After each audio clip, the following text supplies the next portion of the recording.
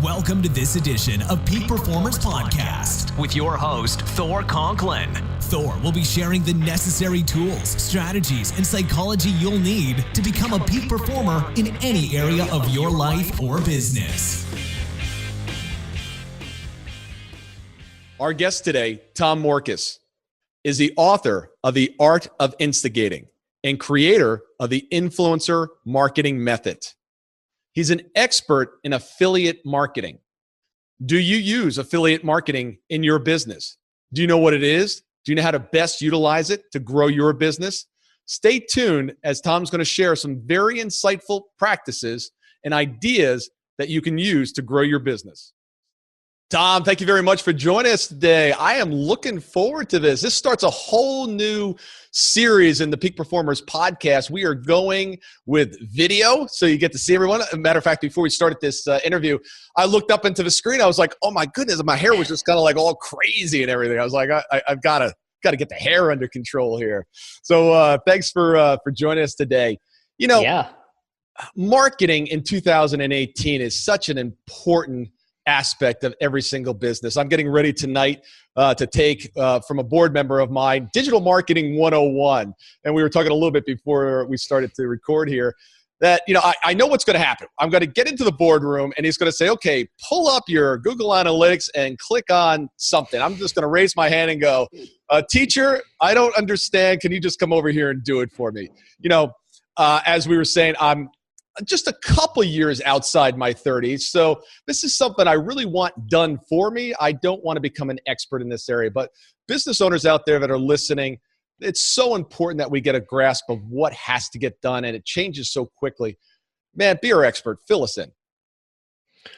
Oh man. Okay. So it's a big, broad question, right? And a good one though, for the kicking off kind of 2018 here and think about what's coming down the road. So I've actually been doing a lot of thinking and writing on this topic right now and actually implementing some of this stuff for myself and clients, kind of where I see the trajectory. But I think the important piece to get right or to identify and understand is what is that trajectory in the first place? I think some really compelling statistics are coming out and being released. And some of this is probably like common sense where we just take it for granted that it's the case. But in the next 5 years, the amount of people connected to the internet it's going to double is what people are projecting. So about 8 billion people will be online. So almost the whole world pretty much in the next 5 years, which is just... who's not online at this point?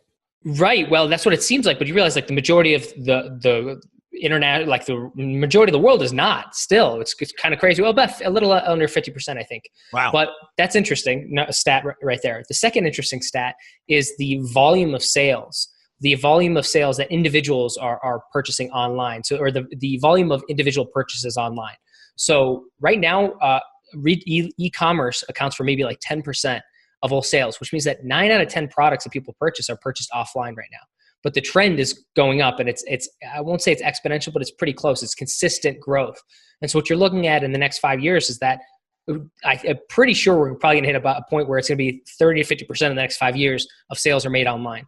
So just taking those two factors into account, the actual like e-commerce, e-sales, doesn't matter what you're selling, anything that you're selling online, those sales are going to they're going to explode in the next 5 years. So there's going to be more demand, there's going to be more consumers, more opportunities to buy.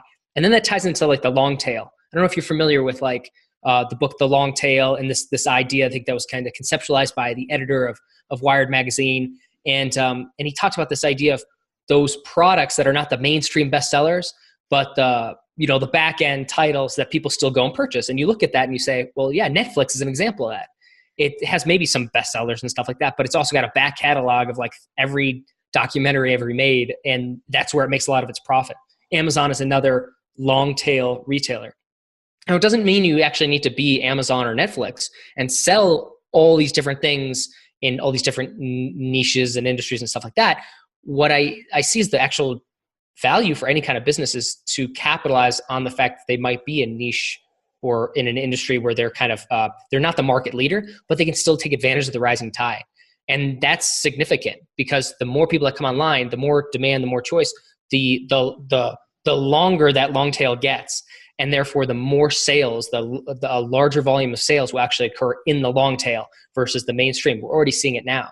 So I think that's the thing we want to account for, is how do we actually plan and prep and take advantage of that? Because that's coming, that's happening already. Oh, what do you say to the people that have a brick and mortar operation and their sales, the service has to be done on site, or something is specifically where it has to be one-on-one? What do you tell them? I mean, it's not my area of expertise, man. I'm digital marketing. I wish I could say something, I can't. Like, I just like, well, if you enjoy it, like, go for it, and if it's profitable, do it. Like, that's great. It's like, there's so many reasons for physical based businesses, but the trend is not looking pretty necessarily for those particular group of business owners. The physical based, you have to come in, but there's still, at the end of the day, you're still gonna have to get your car serviced. You're still gonna have to do certain things like that. There's still gonna be a place for like high-end luxury meals and, whatever it might be. So there's still value in some of these things. But yeah, I wouldn't recommend you start a bookstore today. No, that would not be a good idea. But what's interesting, getting your car serviced, you now have services that will come to your place of work, take care of it, and then drop it back off. So, anytime, and I get this question an awful lot, that people said, I've got a brick and mortar business. Okay, why do you have one? Was it just always done that way? You're already behind the 8 ball because you've got this infrastructure that you need to take care of. You've got to pay the property tax if you own the building. You've got to pay rent if you don't own the building. So already you're working at a disadvantage. And it's getting tougher and tougher. And I agree. I think the long-term play for commercial real estate is a really difficult one. If you look around, if it's not a CVS or a gas station, it seems like everything, or a mattress company. I don't know how many mattress companies we need in one town. That would be an interesting statistic. Or weed stores. So I live near Aspen. There's like 9 of them in like a 2 square mile vicinity. So anyway, there's a market for that. I don't know how and the internet yet. Right. Yet. You're right. So there's some upside for brick and mortar businesses. Right. And if you get all stressed out, I mean, we have to have enough weed stores. So if you're too stressed, you don't have to the next one's a mile away.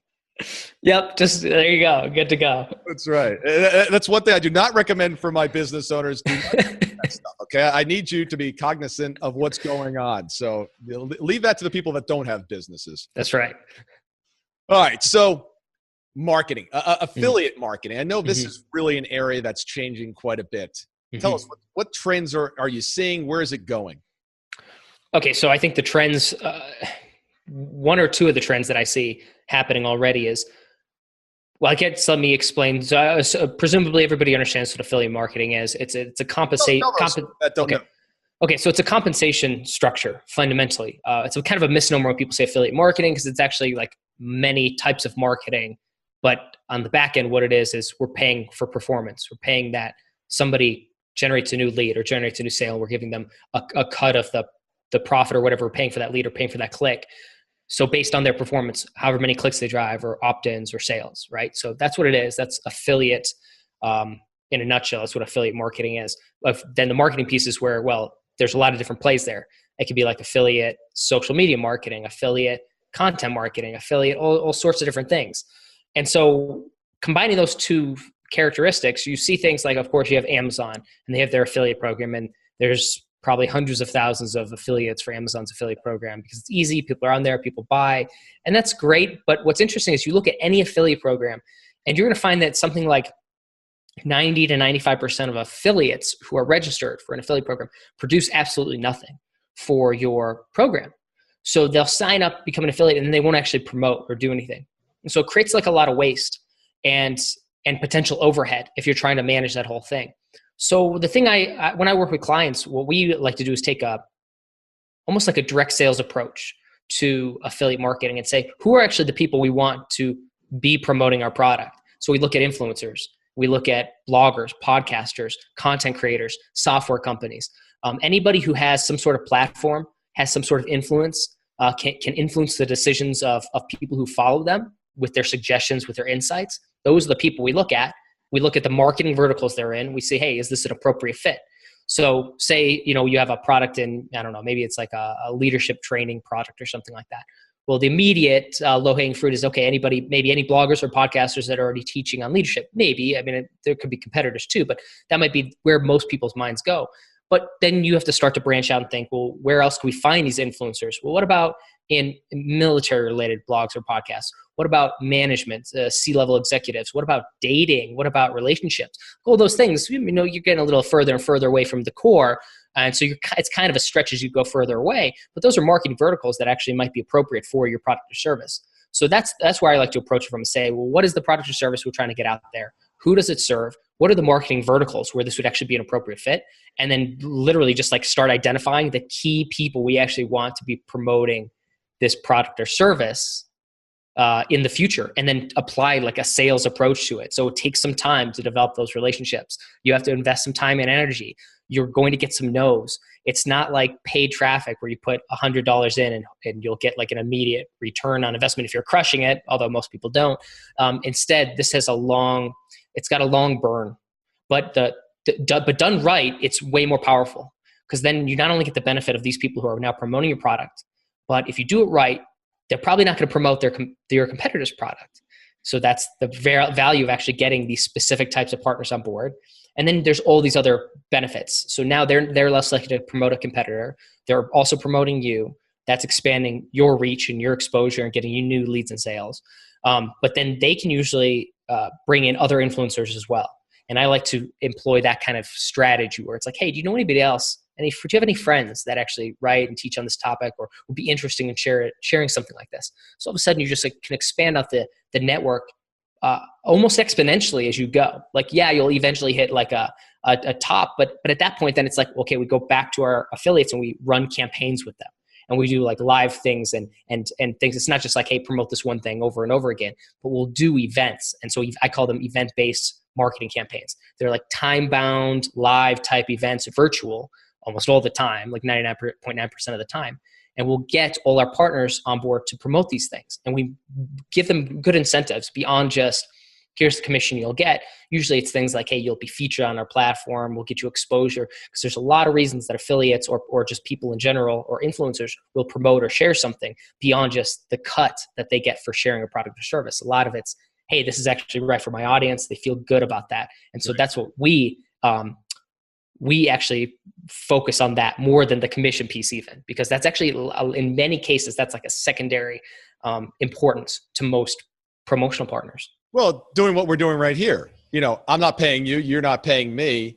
I reached out to get you on the show because I want to provide the audience with your expertise. At the same time, you're getting ability as well. So it's a give and take. Now, let's talk a little bit about the psychology on these affiliate programs, because I got to tell you, I don't, I'm the only one, but whenever I get an affiliate link or what I think is an affiliate link, my radar immediately goes up. Is this person really recommending this because they love it? Or are they recommending this because they're getting a cut of a pie?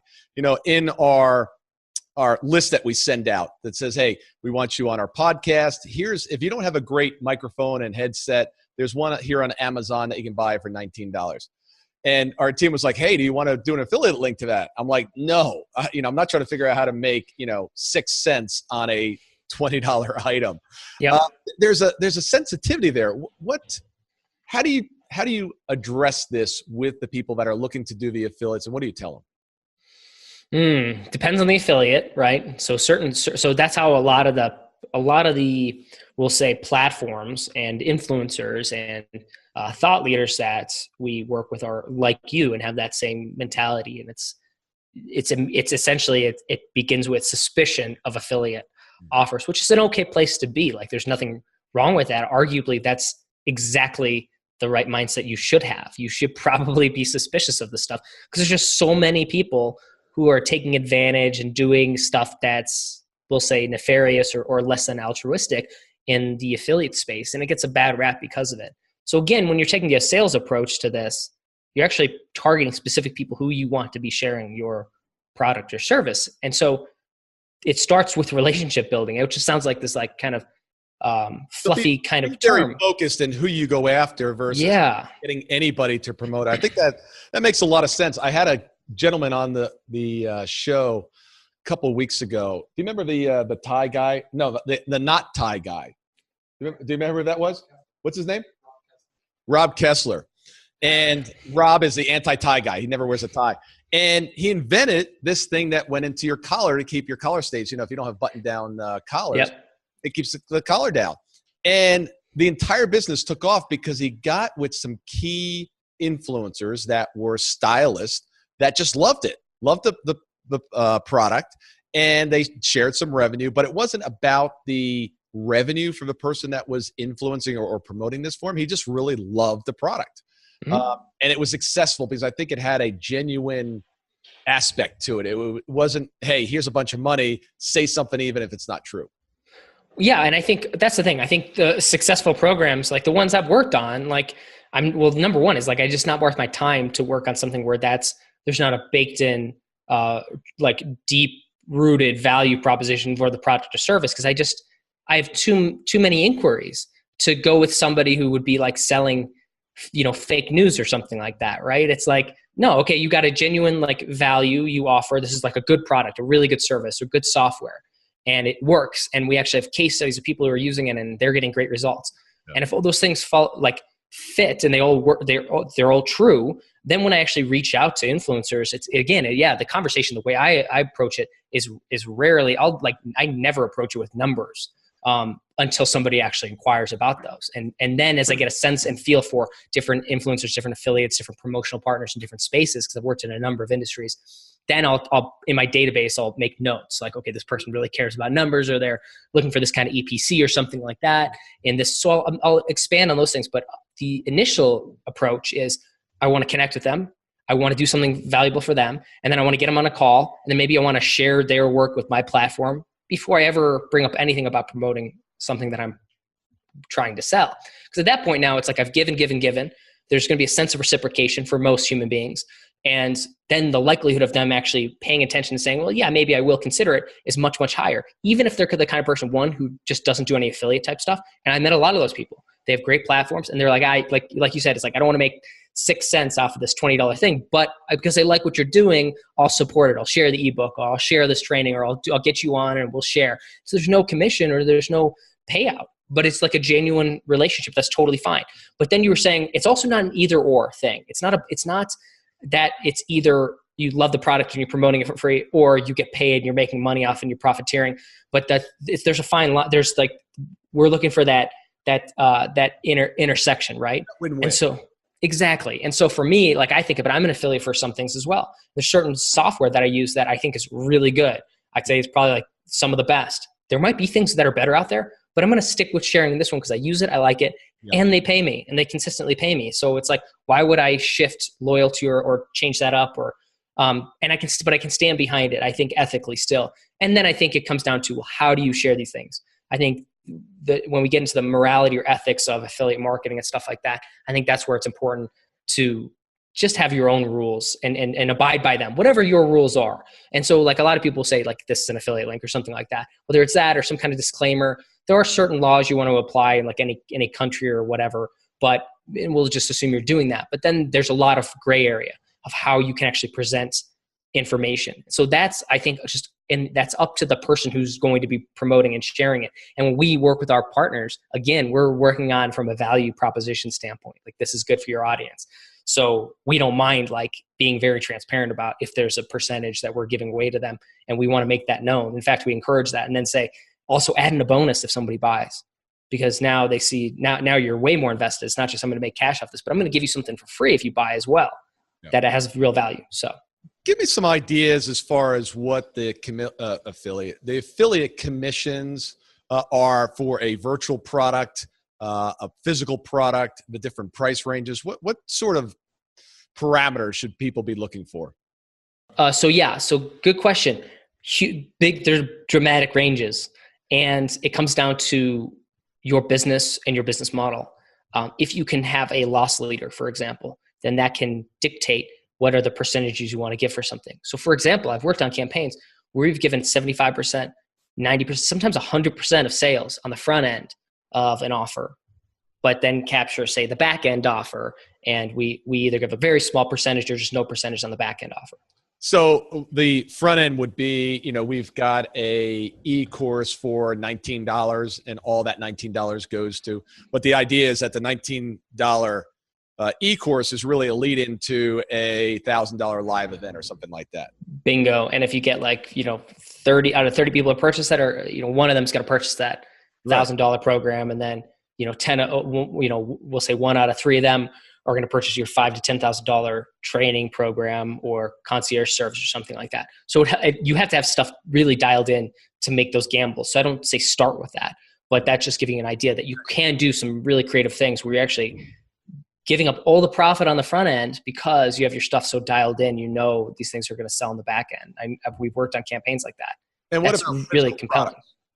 Physical products, yeah. So physical products, that's obviously, there's not as much margin, so you can't do 100% typically speaking. Although sometimes you can if it's like straight up, you have your stuff really, really dialed in, and okay, there are people who are, when they're spending their paid traffic, they'll pay more to acquire a lead or a sale. We'll say a sale.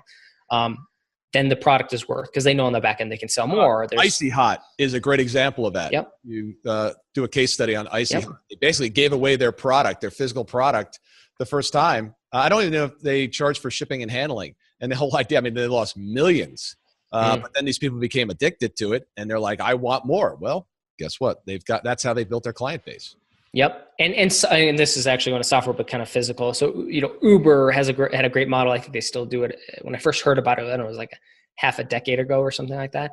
But I was in San Francisco, a friend of mine was like, hey, you need a free ride, here you go. And it was just that built-in referral program, which is not the precisely the exact same as an affiliate program, but having a referral program, a lot of the fundamentals are the same, but it just focused on the actual consumer, the customer, the buyer, and giving them a reason and incentive to share. So physical products, we've done it. We'll do stuff we just want to make sure that there's enough margin and profit in there to produce, to ship, and to still at least break even on the front end, typically speaking. If we can break in on that front end product, whatever is left over, we can be as generous and give all of it to the affiliate if we need to, because it just gets smaller and smaller. All of a sudden, you're selling a $50 product and you're only making $5 commission. It's not necessarily that appealing for a lot of affiliates, but if we could boost that up to $10 and we have a pretty high conversion rate, $10 is actually a lot more appealing, especially if okay, all you have to do is get 100 clicks and you'll come away with, X hundreds of dollars worth of sales, because we just have that dialed in tight. But again, that's more of a numbers. So it's kind of really tough for me to say precisely what you should do, but just, I think it's if you have your whole funnel dialed in, then you can actually have quite a range and pay a lot more upfront. But if you don't, then just be really careful about giving away too much. Make sure you have the margin built in there so you can at least break even on the front end and you have some way to profit on the back end. You should still have an idea of that. So, because otherwise it's why are you doing all this work? Why are you recruiting all these people if you're not going to make any money? So there's a fine line. We want to make it, we want to incentivize promotional partners and affiliates without setting the whole thing on fire. And you're not suggesting that business owners may not know their numbers or what's profitable and what's not. You wouldn't be as crazy as that, would you? I would be that bold. Yeah, every time somebody applies to work with me, one of the first questions I'll ask, and I probably should just put it on the form because I have all these other questions I ask, but I always kind of save it for whatever reason. But I ask okay, so now we need some numbers. Once I see that somebody's interested, then I'm going to ask for some of the numbers. It's typically the process here, and we'll do an NDA and stuff like that. I'm never too concerned with that. But it's what's your lifetime value of a customer? What's your EPCs for X, Y, or Z, or what's your and it's most, and these are companies that are doing 2 to 10 million in a lot of cases. I have no idea. Yeah. And it's wow, interesting. Okay. So you can run a multi-million-dollar company and not know the lifetime value of a customer. That's typical. So it's the person who knows precisely what that is atypical, which is fascinating. But I don't know what that says. It just says that you can actually do really well and not be totally on the dot with your numbers. But I think when it comes to scaling, and levers that you can pull to actually scale, and affiliate marketing being one of those levers, you need to have your stuff dialed in tight. And if you're doing paid traffic, again, that's another thing where you probably want to have your stuff really dialed in tight. The company that doesn't know their lifetime value or those other kind of key metrics running paid ads must just be making a boatload on those front end offers. But then you have to think, if they don't know that, how much are they missing out on? How much are they losing? Tons. Yeah. So it's without a doubt, if you're profitable, you should know your numbers. If you're not profitable, you should know your numbers. And anytime you're getting ready to pull a new lever, like affiliate marketing, implementing a program like that, you have to, like, it's a prerequisite. Otherwise you're going in totally blind. And how do you know if you succeeded or failed? Yeah, So. and you have no idea. And even people that think they understand the numbers, I'll ask, I said, share the numbers with me. What are your top line revenue? What are your cost of goods sold? What's your gross profit margin, gross profit, net profit? And then I said, how much money do you have left at the end of the year? Mm-hmm. And they'll come up with their net profit number. Well, this is my net profit. I said, no. How much cash do you have? I don't know. I was like, well, the whole idea in business is you take your net profits and you turn them into cash, but net profits are not cash. I was asking, what's your operating cash flow number? They're like, what? Yeah, OCF, operating cash flow. They're like, my account doesn't give me that. Well, one, fire your accountant. And two, if you don't know your OCF number, you're in trouble, especially if you've got anything that has to do with inventory or receivables. Yep.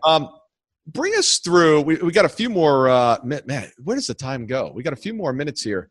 I want to get into what are the steps. Take someone that does not have an affiliate marketing program. Me, for example. There you go. Poor example or good example. No affiliate marketing program. You start it with, make sure you understand what your end goal is. I wrote down because that's a term that we use a lot. If you don't know where you're going, you just might end up somewhere where you didn't intend to go. So I know what I'm trying to do. I'm trying to produce more sales. Bring us through the process. You've got it sounds like a checklist that you kind of do a background of what the objectives are. Quickly give us kind of a flow of how the process works. So I start by looking at what's the kind of the core product or service we're selling. And then if there's any like upsells, downsells. So if you have like many SKUs or you have many offers, then we'll just look at what what are the top earners or the top like the highest volume sellers, and look at something like that. And then what the sequence would be from that to like another purchase of another product or service, right? Because that's going to probably be our point of entry into any kind of sales funnel and upsell downsell sequence, right? Is the most popular product. So at a minimum, if you have a wide range of products, I say look at the top earner, both in terms of margin and profit, and then just the top seller in terms of volume. Those are the two key ones to look at. That way you kind of whittle this down and say, okay, these are the two things we're going to look at. So, and then, digital products and stuff like that, obviously the margins are much higher. So we don't have to do too much number crunching on that necessarily speaking, but with physical products, obviously it's more important. So once I have that information like in front of me, I know who it's for, I know what the top sellers are, the top earners. I want to look at and say, how are we getting sales for those right now? Like, how are people finding and purchasing that right now? And usually it's a combination of, again, working in the $2 to $10 million range of companies, usually it's word of mouth is a big one already, typically. The second thing is usually some sort of content marketing or SEO play. That's usually they're getting some sort of organic traffic. And that could be also on, say, the marketplace. Like if you're selling on Amazon, they're benefiting from the Amazon SEO and their own search engine algorithms and stuff like that. So getting organic traffic from there and sales from there. Okay. So then I look at, alternatively, maybe they have a really compelling or strong social media presence or something like that. Those are usually one of those three areas. Or maybe they're doing email marketing, but to grow their list, they're doing a combination of these other things, right? So I just want to find out what are the sources of traffic, and can we break down and understand who the demographics are? Who are the people? Are they over 50? So I worked with a health company recently, and in that eight-figure plus range and stuff like that, and expanding out an affiliate program. What does that look like for them? Well, we know that their highest. So we were able to identify the demographics that make the most purchases, the highest volume, and fundamentally like their greatest profit centers in a lot of ways. The people who are going to purchase the most, the biggest quantities and biggest spenders is 55 plus was that demographic. So like we need to approach that slightly differently than, the 20-year-old demographic. Like Instagram's probably not going to be a worthwhile pursuit here. Even if you had Instagram influencers who are in the health space, right? It's just like that platform's not even set up for that demographic. Know your audience. Right. Well, know your audience, but know the platform too, and know the platform's audience. Right. And so you think about it's like, so YouTube is another great example. It's like it's a male dominated sphere. So like when I go into that, it's like, I'm probably not going to, now, not that you can't, you absolutely could, but it's like, that's one of the things I'm going to factor in. If it's mostly males on here spending most of their time, then that's what we're going to focus on promoting. Even if we had, say, maybe a women's product. We could try that too, but it's smaller demographic, smaller user base, not going to be as effective. Same goes for things like Instagram. Yeah, you're going to have some people 55 plus and over on it, but how effective is that really going to be? Are they actually going to be clicking through those things and making purchases on their phone? Test it out, right? But the answer is probably no, at least anecdotally from a bunch of different products that we promoted and stuff like that. So understanding the demographics, but understanding also where they interact online. What are the platforms of choice? That's another big one. So then you can kind of line everything up. So those are the kind of prerequisites. And then it's a matter of, okay, what is that percentage we want to give and how do we want to compensate? So like I said before, there's a lot of ways to compensate. You can compensate on somebody sending you a click, on an opt-in, on a free trial, on a sale. Which one makes the most sense? Obviously, the safest bet is a sale, because then you should always be profitable. So that's a good place to start. Once you have your stuff really dialed in though, and you know that, say, if somebody sends you like 100 clicks and 50 are going to opt in, that's 50 new subscribers, and of those 50 subscribers, we're going to get 10 sales, at, we'll say $100 a piece. So it's $1,000. Well, now I could say, hey, I'll give you $2 per opt-in. So all of a sudden I'm spending, got to know your numbers, man. But that's where it gets really compelling, because once you actually get that dialed in, then you can make these offers that most people are not doing because they don't know their numbers. So they're just saying, well, we'll give you a percentage of sales in the back end. It's so like flying a plane. If you don't understand the instruments in the plane, you don't know if you're supposed to pull up on the yoke or push down on it or turn right or turn left. You need to know how to read the dials and the instruments. And that's, you've got to track, you got to measure, and you need to make adjustments. We talk about TMA all the time. If you own a business and you're not tracking, measuring, and adjusting, you're not playing the game of business, and you're going to get slaughtered. It's kind of, can I play football? Yeah, but I don't want to go out there against a professional team because I will get killed, because I just don't know how to play the game like that, and I'm not fit and ready to do that. And so many people in business get involved in things just because they've got some cash, and it's almost like Russian roulette, right? It's like, oh, I've got an idea, I've got some cash, and then what ends up happening? You see a lot of this in the Bitcoin and the coin currencies now. I put a post on Facebook 8 weeks ago. I said, if you don't understand how to chart, whether you're talking about commodities, stocks, Bitcoin, I don't care what it is. It's so interesting. As of today, if you just looked at the 6 months charts for the top 10 coins, they're all the same. They're all tracking exactly the same path. They're channeling in this. I've been watching. I mean, I don't have a crystal ball, but I can tell you based on the history of where this thing is going to track and what ranges it's going to stay in. And eventually it's going to break out. It's either going to break out to the top or it's going to break to the bottom. That I have no idea. But I can tell you where the momentum is. And with anything, trying to change momentum is difficult. How we got on Bitcoin, I have no idea. This is not. I want your insider trading tips on that, because I've been watching it. It's still so fascinating to me. February 1st on my Facebook. Just go and I'll check it out. It just talks about, look, if you're going to play any game, whether it's business, whether it's professional sports, whether it's big, I don't care what it is, understand how the game is played. Okay? There's always an idiot in the room. And if you don't know who it is, it's you.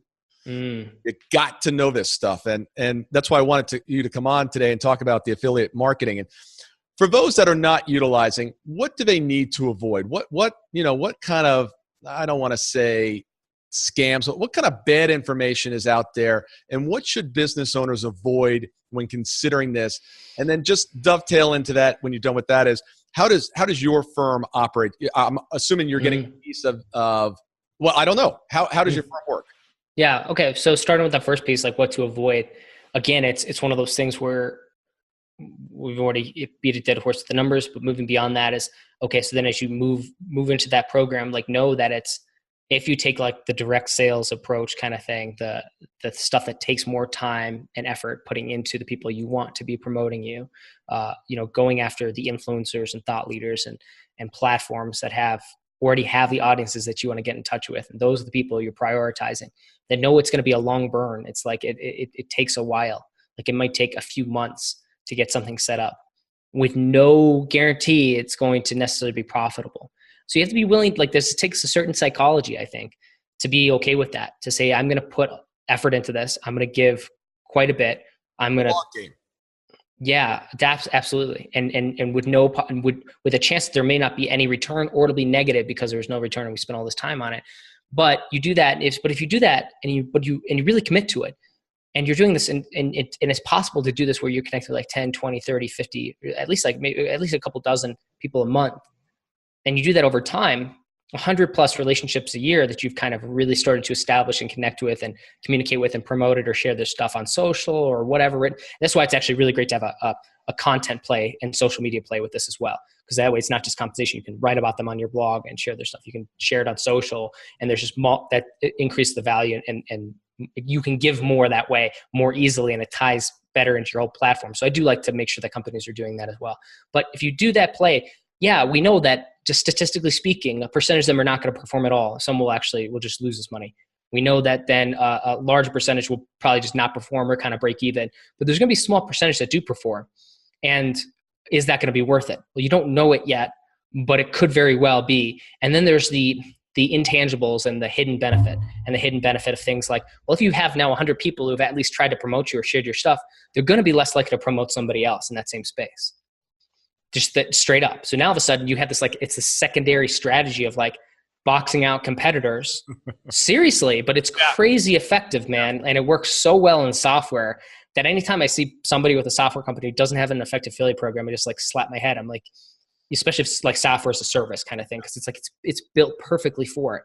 And so it's like, but you need to get in there and you need to build those relationships. You need to get people promoting. You need to start paying them commissions and getting them money, because then they're not going to promote anybody else. A few people will, and those are the mercenaries, and that's fine. But the majority, the thought leaders, the people that actually take care and consideration of what they're promoting and sharing with their audience, once they've committed to you, they're not, think about how hard that is now to shift now. Like, so I did that with some of the software, like I said, that I've done this before. And I see that there might be some alternatives on the market that might be as good, maybe better in some cases. But I've been invested with this company for a couple of years now. Like, I've been promoting, I've been writing. The relationship's there, man. I'm not backing down. Like, I'm just not going to give it up. They've been good to me. I've been good to them. I'm just going to let it ride and keep doing it, and hope they continue to improve and stay up. And now there could be a time where eventually they're just so outpaced by somebody else, I have to switch over. That's always a possibility. But think about that. Now I'm an entrenched supporter of theirs. And that's a powerful thing. Even if my influence is like really, really small in the grand scheme of things, but I know people who know people. And now they're getting wind of this, and now they're trying out the software. And now they might be promoting it. So there's a network effect to this as well. So you have to play the long game is the big thing. And how are you guys compensated? How do you make money? Yeah. So I'll come in and we'll do like 1 day or 2 day workshops with the company to come in to an organization and actually work with them and get their team like set up and to facilitate, to implement this kind of program. So we'll do those kind of workshops. I also do the virtual type consulting where if it's just advisory, I'll get paid some sort of like retainer, we'll say, for something like that. Okay. If somebody wants to go that next step then beyond those two, although we always start with some sort of planning or consultant, like advisory piece anyway, just to make sure stuff's straight. I can't go into every thing and start actively like marketing and selling stuff or recruiting affiliates for everybody. It just makes no sense. So I would like to have everything kind of squared away first. So we always start with that piece. Like, let's get the system set up. Now we can kind of move into, if you want me or my team to actually like run operations here. And that would be fundamentally on the direct sales influencer marketing approach to affiliate marketing, which has like usually a content and social media play. But we're going to find the people, we're going to reach out to them, we're going to connect with them, we're going to get on calls, we're going to build those relationships, and then we're going to start setting up promotional campaigns with them. And so everything that comes before that as well, like, so what does that campaign look like? What are they sharing? What are the links? What's the copy? Blah, blah, blah, blah, blah. What does that whole thing look like? And then, so we'll do that over time. So that's usually a 6 to 12 month contract or more. And then, there's usually some sort of revenue share on the back end. Terrific. Well, let the audience know how they can get in touch with you. Yeah, for sure. It's tommorkes.com, TOMMORKES.com. And go there, you're going to find everything. I mean, there's no other place to go. Just go there, sign up for my newsletter, see what I'm about, love me or hate me. And then if you want to work with me, just reply to one of my emails. And that's going to be the best way to do it. Tom, I really appreciate you coming on today. Thanks for the lesson in affiliate marketing, and the very best to you and your company. Thank you, Thor. Thank you.